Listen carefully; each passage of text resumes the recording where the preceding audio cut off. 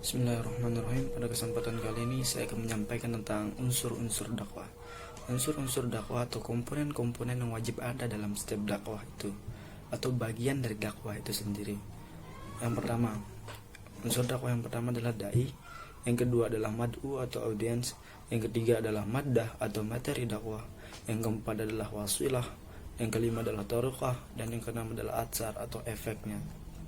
Baiklah, kita mulai dari dai.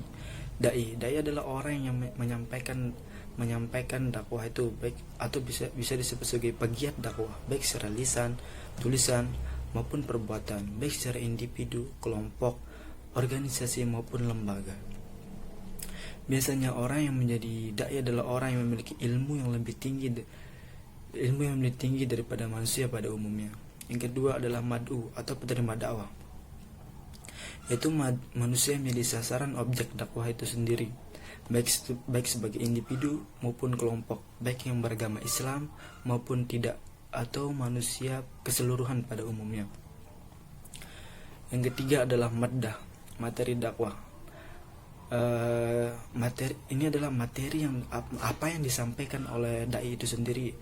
Biasanya maddah ini yang disampaikan adalah akidah, syariah maupun akhlak. Yang keempat adalah wasilah atau media dakwah. Alat yang digunakan untuk menyampaikan dakwah itu, alat yang digunakan dai untuk menyampaikan dakwahnya kepada orang-orang atau kepada masyarakat. Pada zaman yang sudah berkembang pesat sekarang, biasanya para pegiat dakwah memanfaatkannya sebagai alat ya, alat untuk menyebarkan dakwah. Contohnya adalah media massa ataupun internet. Para pegiat dakwah biasanya memanfaatkan hal tersebut karena lebih efisien.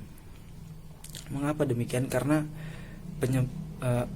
jika kita menggunakan internet atau media massa sebagai alat, maka penyebaran dakwah yang kita lakukan itu bisa menyeluruh atau bisa disaksikan oleh banyak orang, tidak hanya audiens yang pada tempat itu saja, tetapi bisa juga disaksikan oleh dari pulau sebelah atau dari dari Indonesia bagian timur dan sebagainya. Dan yang kelima adalah thariqah atau metode penyampaian dakwah itu.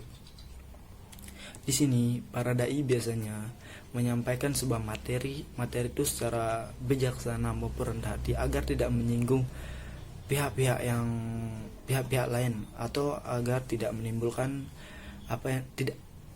menimbulkan sesuatu yang tidak diinginkan terjadi. Baiklah, yang keenam, atsar atau efeknya. Efek ini biasanya berdampak apabila audiens itu mendengarkan para dai itu secara baik. Jadi efeknya ini timbul setelah selesai dari acara tersebut. Ya, kan biasanya efek seperti itu ya. Dan efek ini biasanya berdampak kepada arah yang lebih baik lah. Setelah menerima berbagai macam ilmu, biasanya audiens itu dapat memahami dengan lebih baik agamanya itu sendiri. Dan biasanya akan berdampak kepada hal yang lebih baik lagi, atau bisa disebut juga menimbulkan audiens itu lebih taat kepada agamanya sendiri. Mungkin hanya itu yang dapat saya sampaikan. Kurang lebihnya mohon maaf. Wabillahi taufiq wal hidayah. Wassalamualaikum warahmatullahi wabarakatuh.